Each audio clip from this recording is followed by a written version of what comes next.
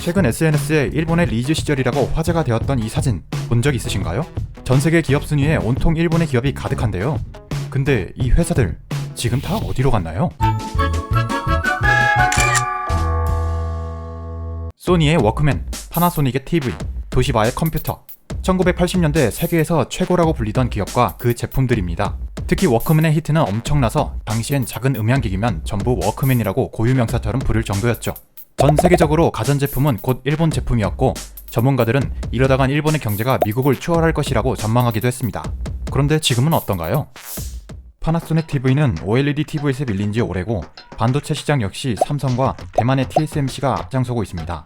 30년 전에는 세계 기업 순위가 일본의 기업으로 도배되었지만 지금은 하나도 찾아볼 수 없죠. 이렇게 잘 나가던 일본 기업들이 추락한 이유는 여러 가지가 있는데요. 그중 하나는 이들의 경영 방식에 있습니다. 당시 모든 가전 분야에서 1위였던 소니의 경영 전략은 고급화였어요. 비싼 가격, 프리미엄 모델이 소니의 모토였죠. 물론 일본의 기술력은 미국에서도 재팬에즈 넘버원이라고 할 정도였으니 그럴만도 했습니다. 하지만 이 때문인지 몰라도 소니는 늘 완벽하고 고급스러운 기술에만 집착했고 급기야 신제품의 발매 시기까지 빈번하게 늦추곤 했어요. 반면 삼성을 비롯한 한국의 기업들은 가성비를 중요하게 생각했고 고객들의 니즈를 빠르게 파악했습니다. 소니보다 대중적이고 저렴한 제품을 내세우며 점차 시장을 장악했죠. 이런 가성비 제품들이 슬금슬금 시장을 장악하더니 지금은 소니는 2006년 글로벌 TV 시장 1위를 삼성에게 뺏겼고 이후 서서히 몰락하게 되었습니다. 자신들의 기술력을 맹신했던 일본 기업의 오만함 또한 이들이 추락한 이유로 뽑히곤 합니다. 삼성과 LG의 기술이 발전을 거듭하고 있는 상황에서도 소니는 삼성과 LG가 아무리 노력해도 우리의 기술을 따라올 수 없을 것이라며 태평했는데요. 특히 OLED 상용화를 목표로 기술을 개발하던 삼성을 보며 일본의 기업들은 물구나무를 서고 후지산을 등반하는 일이라며 비웃었습니다. 하지만 이런 무시에도 불구하고 삼성은 OLED 상용화에 매진했고 현재 OLED는 TV와 스마트폰 분야에서 필수인 기술이 되었어요. 순식간에 삼성이 세계 1위로 뛰어올랐죠. 일본 기업들이 몰락한 가장 큰 이유는 아마도 시대의 변화에 적응하지 못한 안일함 때문일 것입니다. 일본이 세계에서 1위이던 1990년대에는 많은 변화가 있었잖아요.